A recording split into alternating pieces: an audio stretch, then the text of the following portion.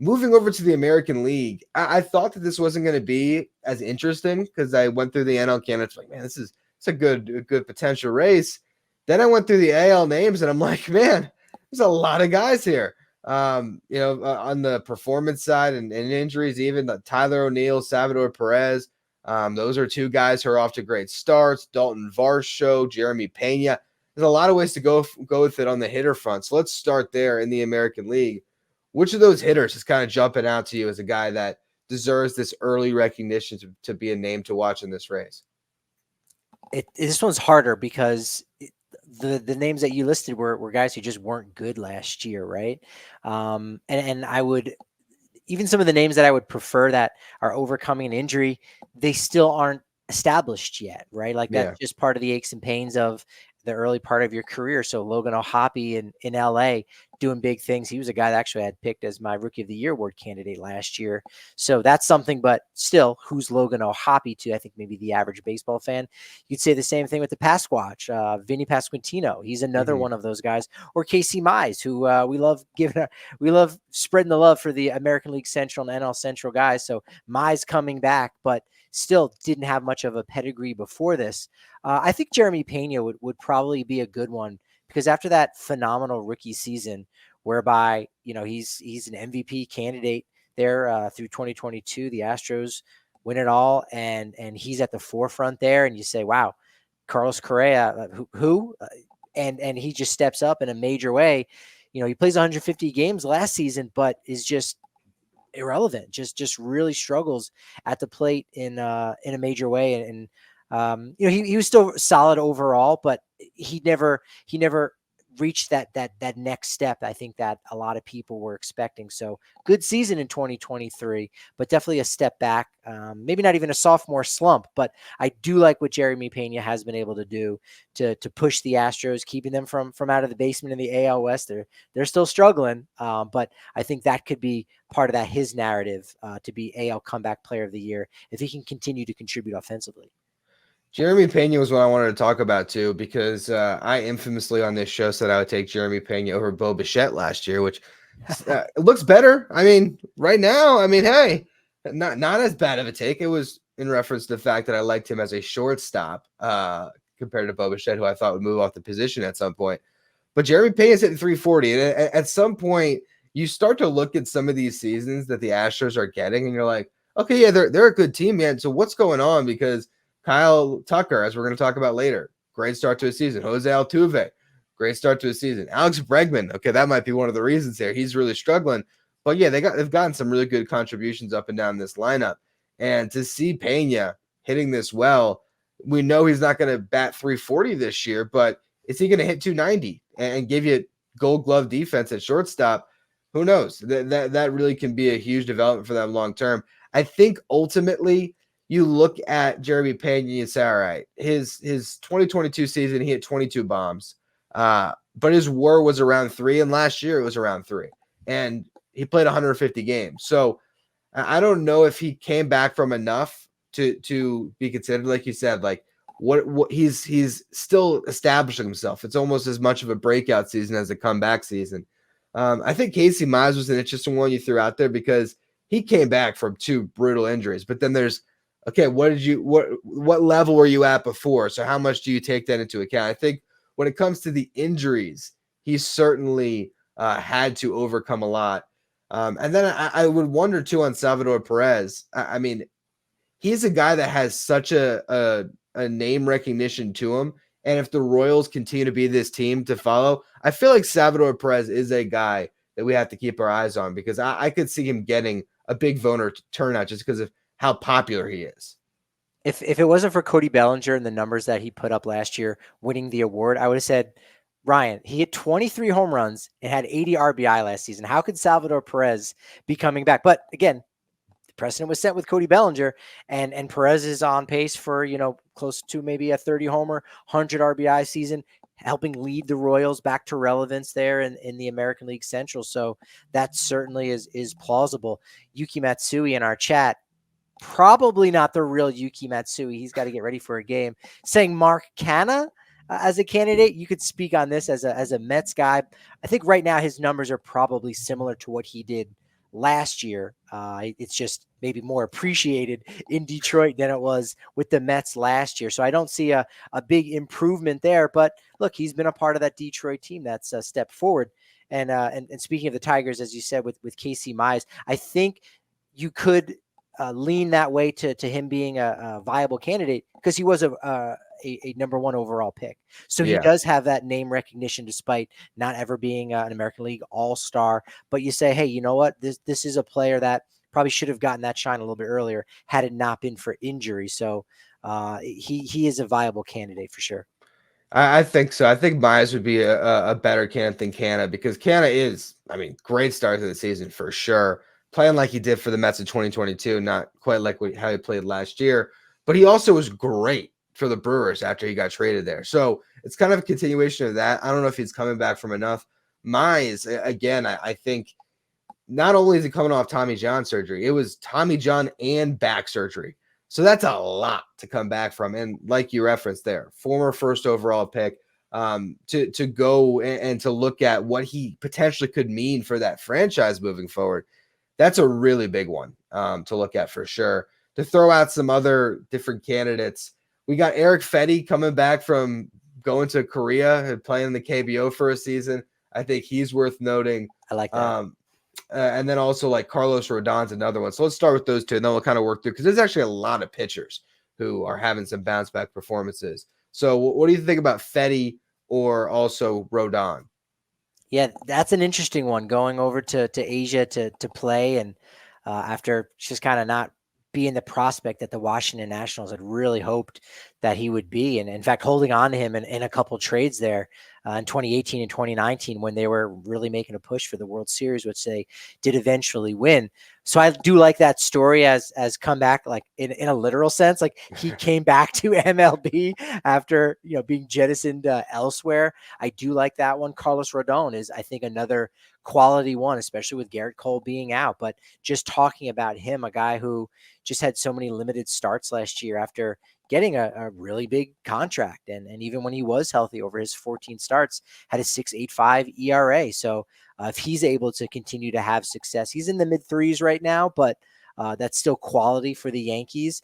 I'm sort of curious if you would put Giancarlo Stanton ahead of Carlos Rodon if we're talking about Yankee players that are undergoing somewhat of a comeback season.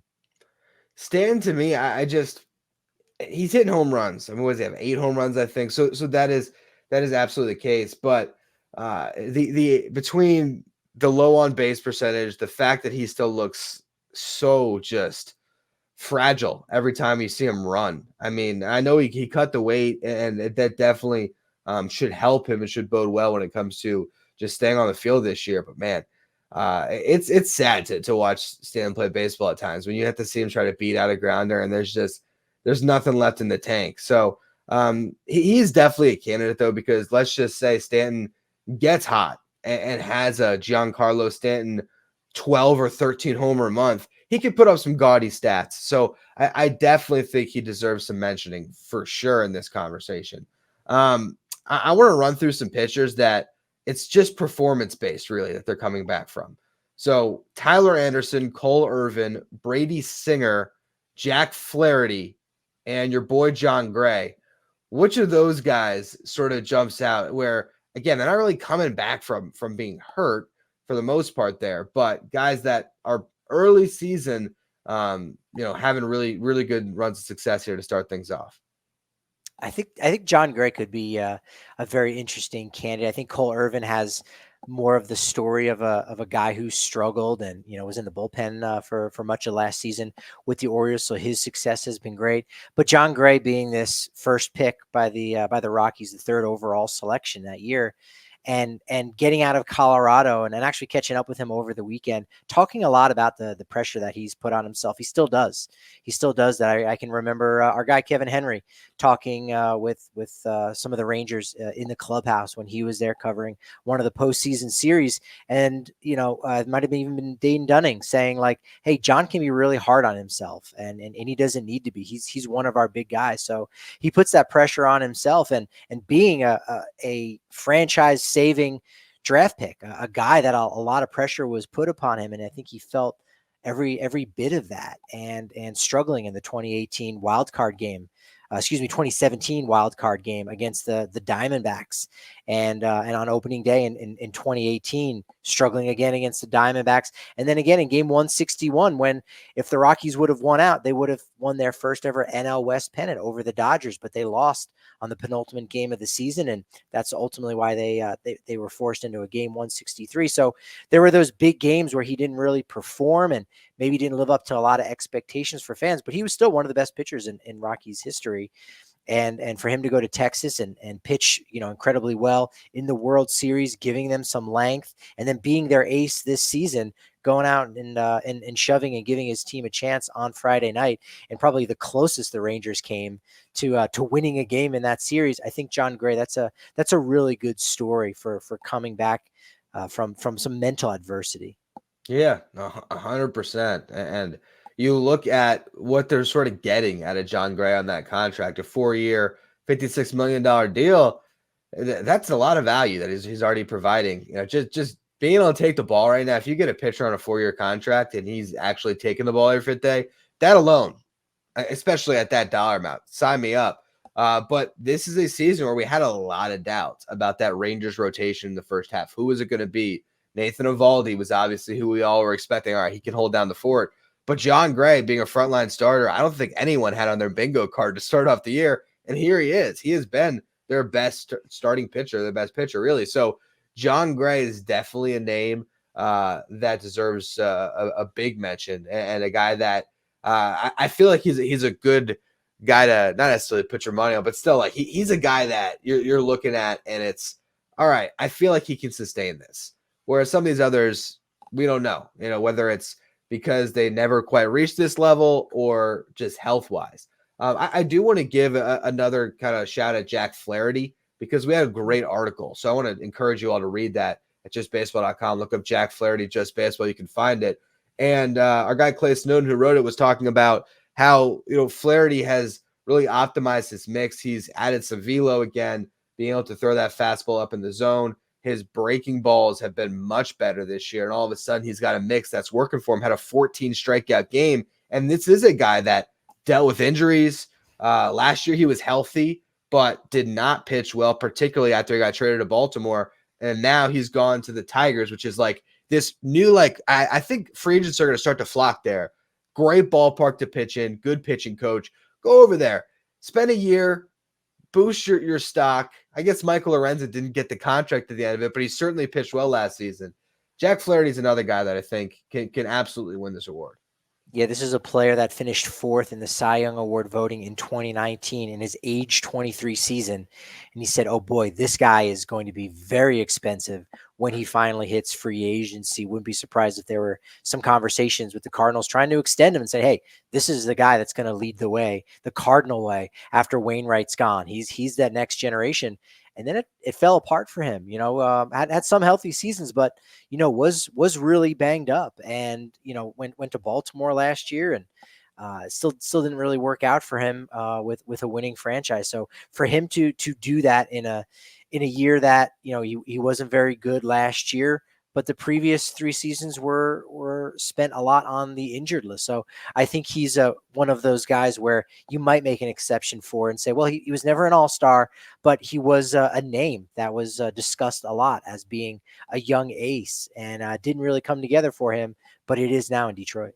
Yeah, he's a guy that has always, when you look back to that top 5 finish, there's always been that sort of what if with Jack Flaherty. And it felt like last year, all right, he's just not going to get there.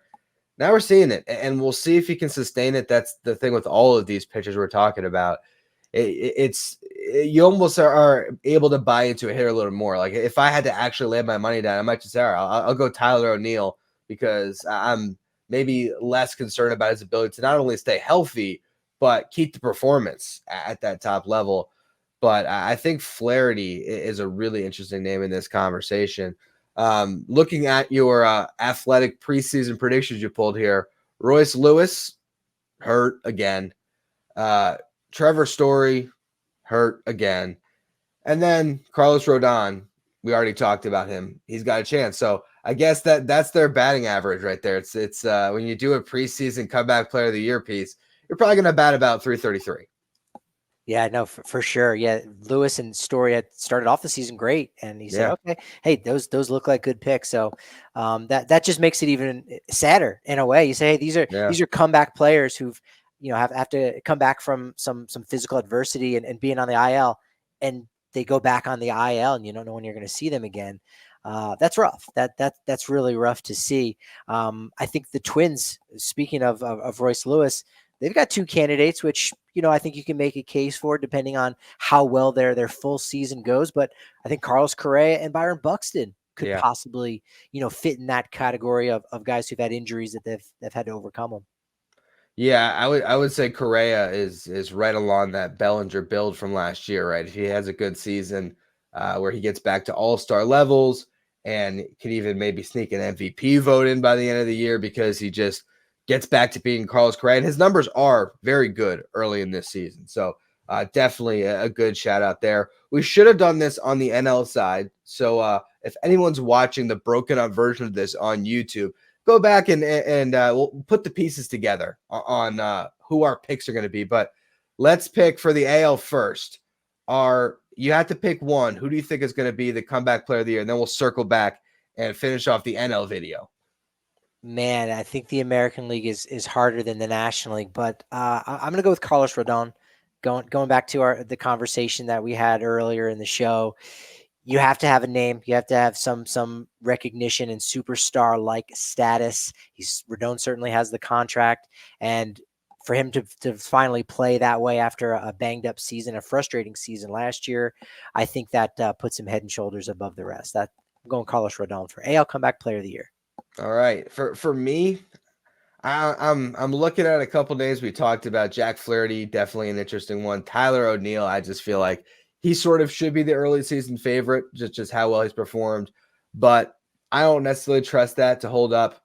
I think it's the guy we just talked about at the end there. I'll take Carlos Correa. I think he's a guy that can have that Cody Bellinger run this season. If he can stay healthy, I think Correa can show everyone just how good of a baseball player he still is. NL side, I'm going to start first. I don't want you to take my guy. I got Luis Severino. How about that? I think Luis Severino is absolutely legit. I've loved what I've watched so far, and I think that's the thing for me. I've seen every pitch that Sevy has thrown, and I believe that this is absolutely real, and he has came back from a lot. Who is your pick on the National League side? Well, it's probably not going to be a lot of fun to say Chris Sale, but I think it's Chris Sale, right? Like again, Atlanta, New York. Look, we got the rivalry going. But no, I think it is Chris Sale. I think he's figured out a couple things, and I think he understands that his value is so much more to his team when he's on the field, even if he's only at 75%, or even if he has to pitch a little bit more subdued. He's going to do that because again, that adds so much value to Atlanta right now because they're struggling in the pitching department a little bit and are almost thin. So providing that length over the course of the season is worth a lot more than ratcheting up that radar gun and striking out a ton of guys, being a little bit more efficient. I think he's learned that now in his older age. And like a lot of left-handers, look, they age sometimes like a fine wine. And so I don't think it would surprise any of us if maybe this offseason he got a 3 or 4 year deal, maybe 3.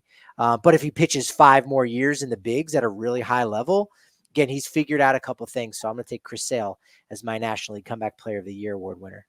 That makes me nervous talking about Chris Sale having a sustained run because I could see him being Charlie Morton 2.0, but coming from the left side for Atlanta, where it's just a guy that keeps on signing. I mean, those kind of 1 year deals, they just keep tacking them on. They already did kind of restructure Sale's contract and made it super friendly for them. It was already friendly with the money that the Red Sox were kicking in. But yeah, Chris Sale being able to sustain this, that's going to mean a lot to the Braves moving forward, particularly with Max Fried potentially on his way out after this season. We'll see what happens in free agency. And of course, Spencer Strider being out for the rest of this year, obviously with the TJ and not sure exactly when he comes back next year. Typically, we're looking at second half when a guy gets hurt at the beginning of the season. So yeah, I think Chris Sale is definitely the front runner. And that's why we open there on the National League side.